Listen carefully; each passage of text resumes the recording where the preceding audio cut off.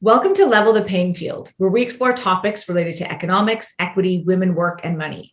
My name is Katie Ward, and I'm Commissioner and CAO of Ontario's Pay Equity Commission. Joining me today is Karen Jensen, the Federal Pay Equity Commissioner. Karen is Canada's first Pay Equity Commissioner and led the development and implementation of Canada's pay equity legislation.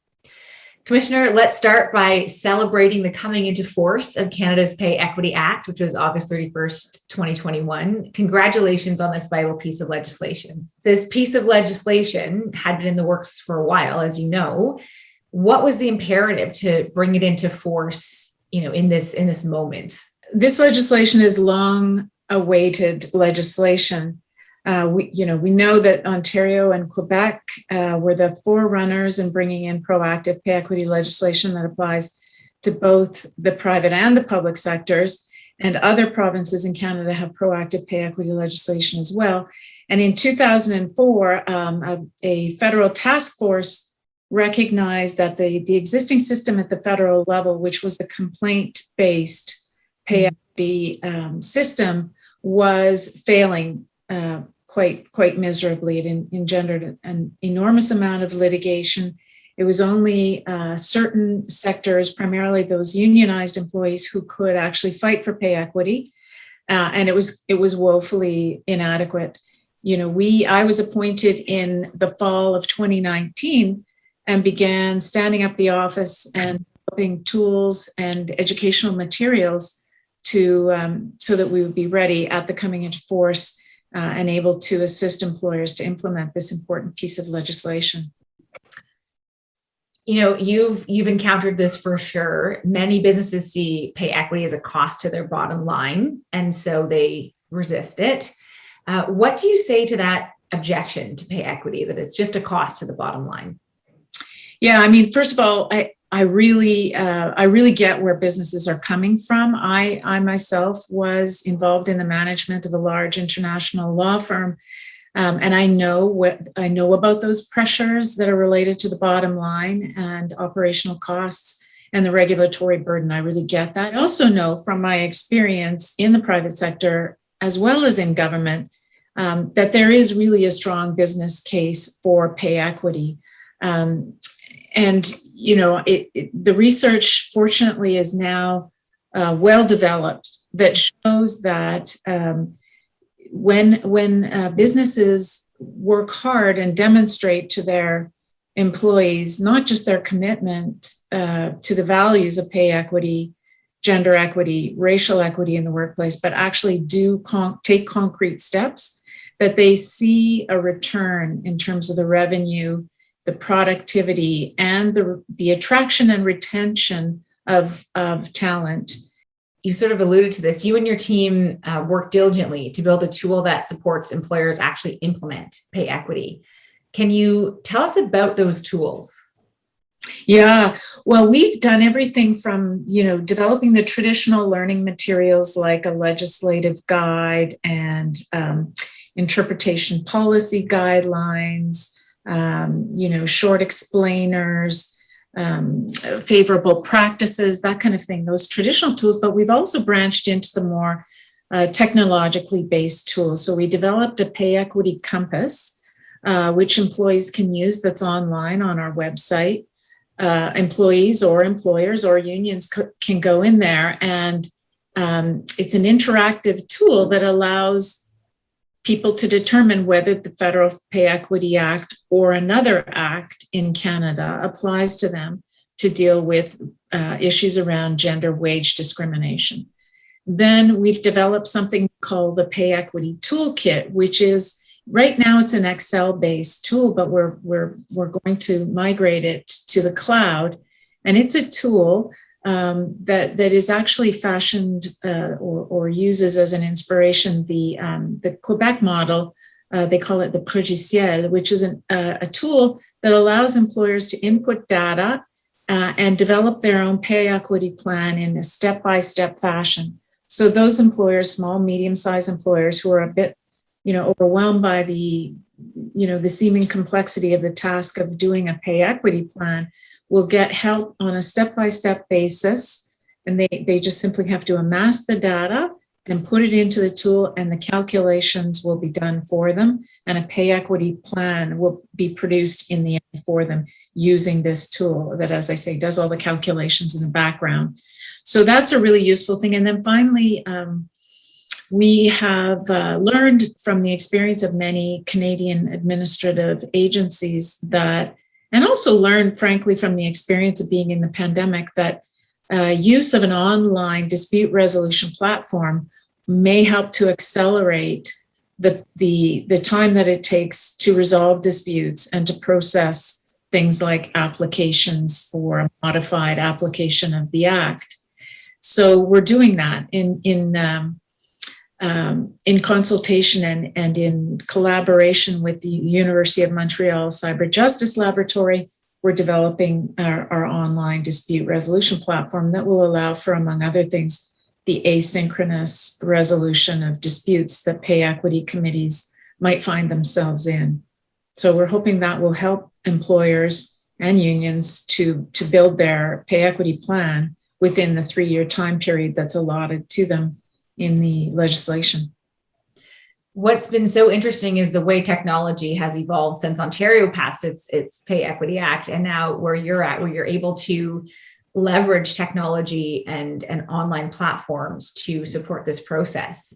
And earlier, you and I had a chance to speak with 2 leaders in the pay equity ecosystem who are using, well, actually creating technology to transform what we know about the gender wage gap and how we actually approach closing it.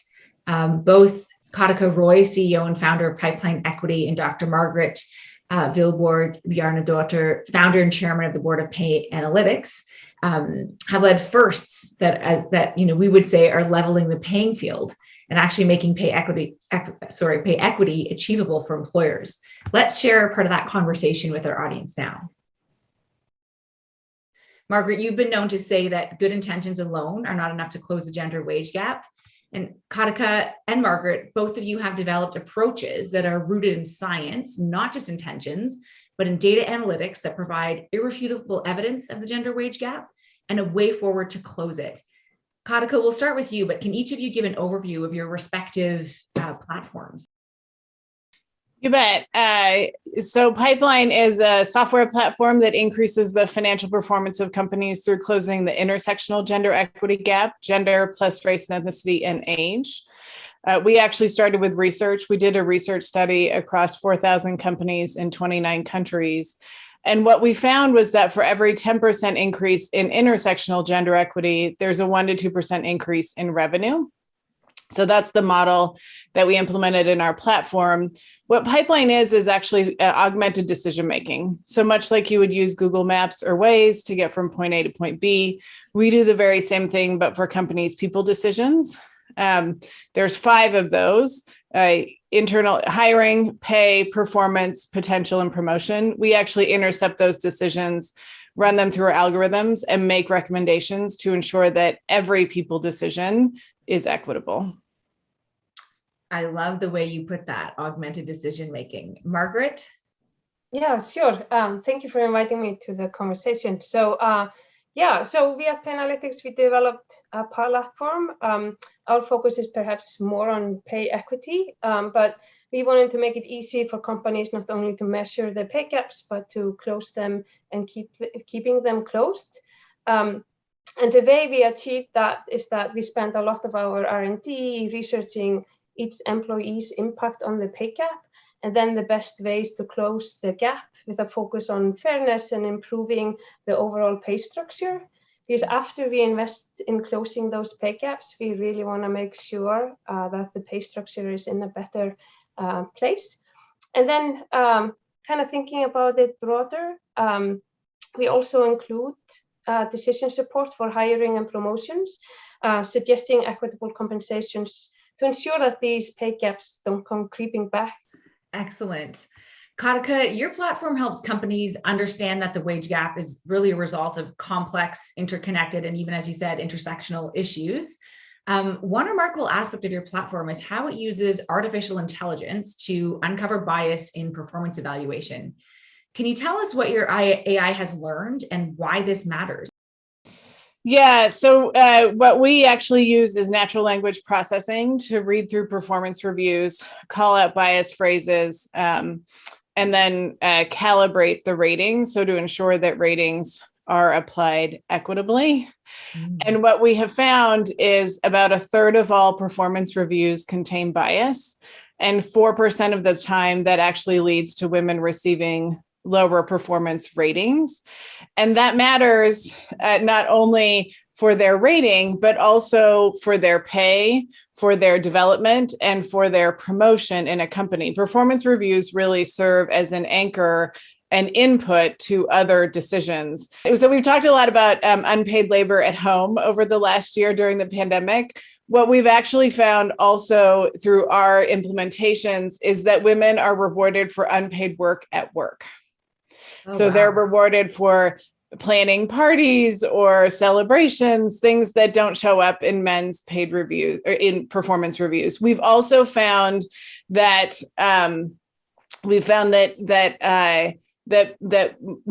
there's more commentary on women's emotional state than men. If I was at a Wall Street Journal event a few years ago, and I read a few lines of a sample performance review for a man and one for a woman, and everybody started laughing because they recognized it right away without knowing whether or not it was for a man or a woman. So we see a lot more commentary about emotional state. And then the last thing that we have found is that if a company has a name that embodies somebody who demonstrates their cultural values. So for instance, if you work at Google and it's a Googler, or you work at Charles Schwab and it's a Schwabby, that actually women are held accountable to demonstrating those cultural values. And men, it's nice if they do, but it doesn't really impact their performance and their ratings. So that you can actually see that even if we focus on improving the culture of an organization, that can be actually inequitable for women. How do companies respond when you give them this data? Well, they find it really valuable because we mostly work with enterprise companies, those that have 10,000 employees or more. And if you look at that at scale, it's almost impossible to ensure equity at scale without technology. You simply can't hand review 10,000 performance reviews. And they know that there's an issue, right? And so what they are looking for is how do we actually get in front of the decision making before those decisions are actually made. Margaret, you've seen similar challenges with unconscious bias and the unintended creation or widening of wage gaps. I remember we had a previous conversation about this. Can you share some of the insights you've gained while working with clients on this topic as well? Yeah, sure, absolutely. One of my favorite examples actually comes from a client that was really with a huge focus on equity, right? So they decided in 2013 to even out, the gender participation in the management levels. In 2013, they decided to eradicate any pay inequities. So we started collaborating around 2016, 2017, and then their equal pay gap was around 2%.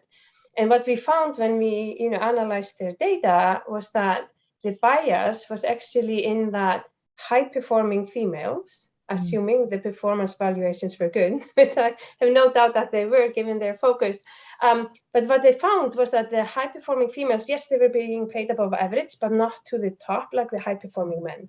And why I use this example is because this organization is like all in on equity, and it just shows how these unconscious biases can creep in. And this was with a HR manager that's like, my superhero when it comes to equity. And for her, this was an aha moment when she realized that, fixing pay equity, you kind of look at who are the lowest and you kind of raise their salaries and you think everything is fine. But really, if you want to reach pay equity, it's not enough just to lift the bottom paid employees, but rather you need to have also balanced in well-paid employees, right? Mm-hmm. And this is actually something that we observe over and over again. is that, yes, like first time you look at your pay data and you have never addressed what I call your legacy issues, right? All of those decisions that have been made over maybe years or decades. Once you look at your data, it's kind of glaringly obvious where your trouble spots are, and those are easy to fix. But then once you get to 2% and 1%, and you're really aiming to get to 0%, then these decisions often become more nuanced. And often it is that the pattern of kind of where the balance is missing is in those well-paid employees. So you have fixed it at the bottom, but really you don't have enough well-paid, typically female employees. So that's some of the things that I've observed. And maybe taking a step back, when I think about kind of an organization and how the bias is distributed over the organization, it's never flat, right? So the typical stereotypical example is that, there's more bias in the finance department than in the HR department. And that's, one of the things that we try to fix is, fix the pay structure. So to correct those pockets of increased bias within the organization. Right, because it's not, as you said, flat. It's vertical, it's horizontal, it's all directions. Karen, I'll turn it over to you to ask a few questions. Yeah, that's absolutely fascinating, Margaret, to note that, the unintended bias creeps in, even in those organizations where people are trying to be very conscious about it. I find that really, really interesting. We often hear internationally and in Canada that there are both moral and economic imperatives or arguments to close the gender wage gap. So we know, for example, that millennial workers are very much influenced by whether the company they are considering working for is making efforts to improve gender and racial equality in the workforce, whether the company is reducing the greenhouse gas emissions and contributing to environmental sustainability. That we know that's important to millennials. Karika, your original research has shown a compelling economic argument for pay equity. And you've noted that taking care of stakeholders, and in this case, employees, via equitable wages, companies not only move that company closer to achieving gender equity, but also closer to unlocking its subsequent financial gains. Karika, would you tell us then what you've learned about the business case for pay equity? So the idea that shareholders and stakeholders have different different interests is actually not true. Even if you're looking through the lens of a CEO and maximizing shareholder value, increasing equity in companies is a really important lever for them to pull in order to realize that economic value. The other thing that we have, and we've actually collected over 1 billion data points since then to verify that case. The other thing that we have seen is that at a time of an economic downturn, which obviously we saw last year, it's actually even more important that companies that put equity at the core of their crisis management strategy actually see a 50 percentage point increase in their stock price compared to those that do not. So if you are in a time of an economic downturn like we were last year, and you don't put equity, controlling for equity, you actually will see a decline in your stock price versus if you put equity at the core. And then the last piece that we've seen, and this was a huge spike that we saw last year, but there was a huge increase in candidates who are looking for companies that actually pay equitably. And 72% of women, who are the majority of all college educated, almost half of the labor force, will not work for a company that does not pay equitably. With that compelling evidence in mind, employers have the challenge of determining how to effectively acknowledge and value labor force contributions. And Margaret, I'm interested in knowing, you've previously noted how the valuation of labor is changing from equal pay for equal work to equal pay for work of equal value. And in both Canada and the federal jurisdiction and the provincial jurisdictions of Ontario and Quebec, they all use this notion of equal pay for work of equal value when considering pay equity. And Margaret, can you tell us about this shift and the impact on valuing women's work, or at least the way we value the sectors in the labor market where women tend to be present in larger numbers? Yeah, of course. So in my mind, when I think about how the equal pay legislation is changing, when I think back, we have had equal pay for equal work on the books since the middle of last century. And nothing really happened, right? Because it didn't have a bite.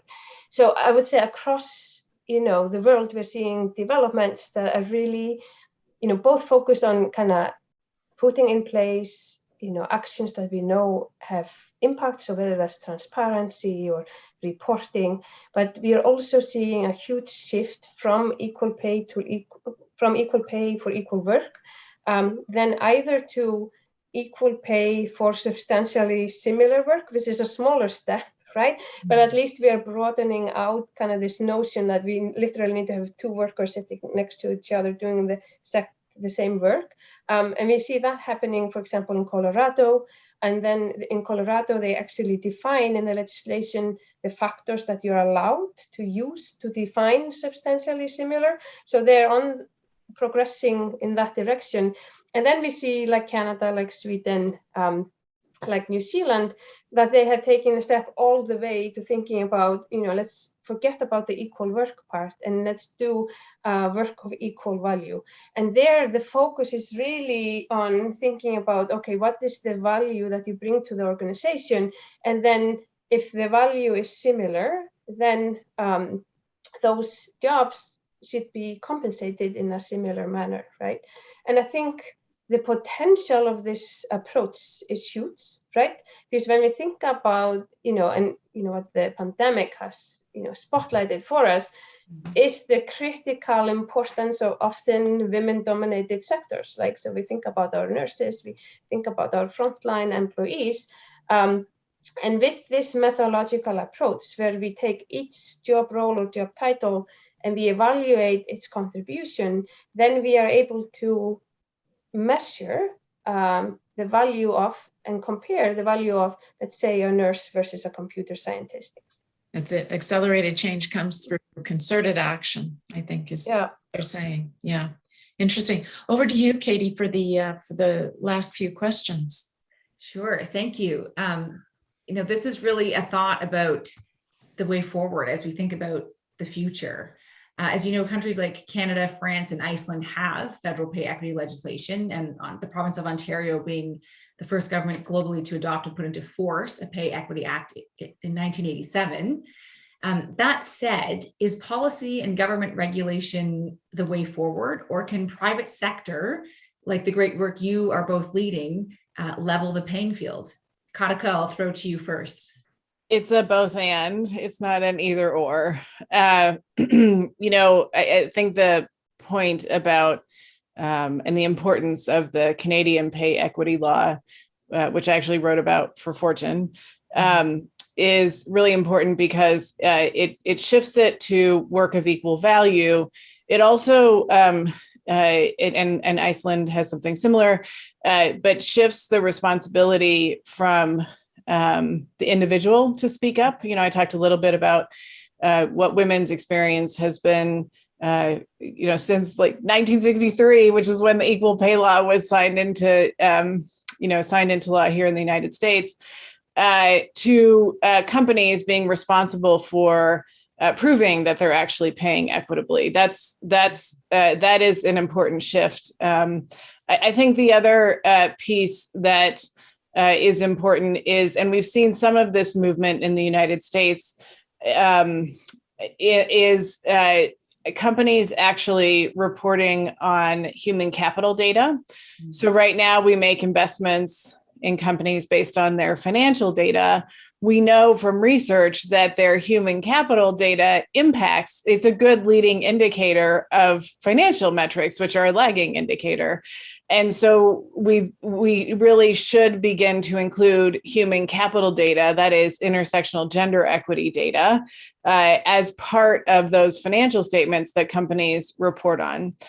So we need certainly true pay equity laws in every country. We have them in just 3 right now, but we need true pay equity laws, and we also need better reporting on that data through companies' annual and quarterly reporting for any public company.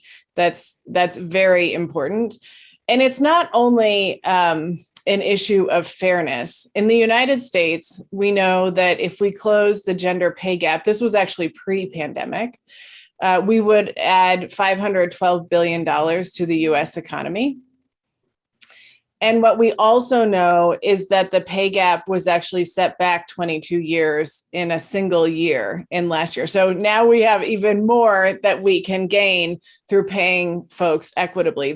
Yeah, I think I can echo many of those things. So obviously we can do a lot in the private sector. But when I think about, for example, the early adopters of our clients, they were often organizations in competitive labor markets. So the financial sector, the IT sector, and they wanted to early on, before any legislation, wanted to make sure that they did not have pay caps. And then they communicated that both internally and externally. That said, I think, again, echoing what has been said, legislation helps. So if I think back to Iceland and back to some of my conversations, the former minister of the Icelandic government actually pushed through the Icelandic law, Thorsteinn Víglundsson.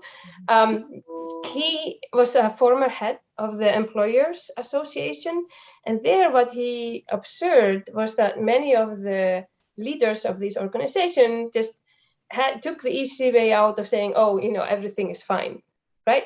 But they did that without taking a look at the data. So it became very clear to him that, you couldn't sit around waiting for them to take proactive action. You had to force them to actually look at the data. And then I think putting that legislation in place really has accelerated, the change, which we're all looking to achieve. Just one point I'm really struck in this conversation by the evidence-based approach that everyone is taking to this.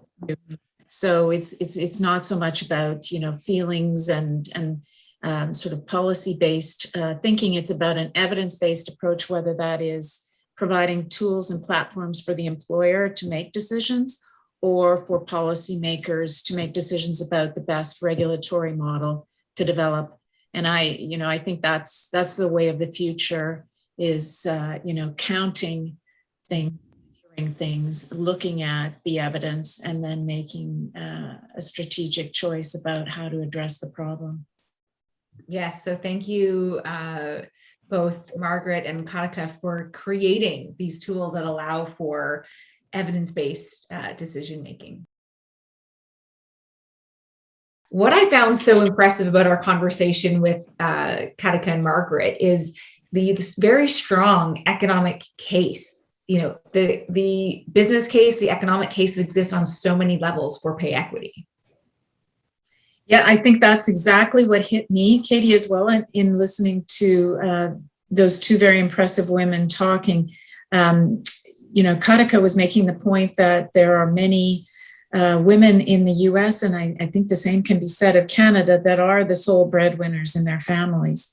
And so those women are in a situation where, even though they have to pay the same prices for commodities and things that they need for their family, they are in fact receiving significantly less than men are on the dollar on average. And, not only is that not fair, mm-hmm. also deprives the children in that family of what they need.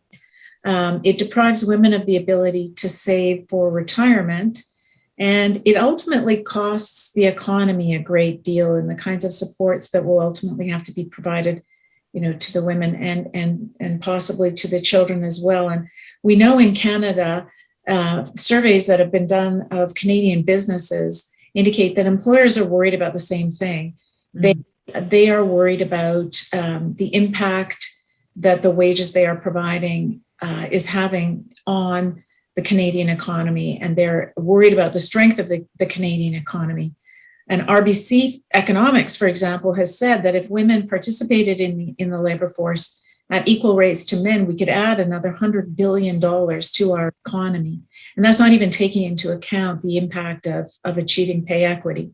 So we know that it's vitally important, not just to workers' economic well-being and companies' well-being, but also our society's well-being, that we really address the various different levers that are at our disposal. We use those levers to achieve better gender equality. I think that's something that stood out for me too, is the way that both Katika and Margaret and her teams are using technology to, Katika called it augmented decision-making, but to leverage data to guide, to uncover the biases and then guide decision-making towards equity.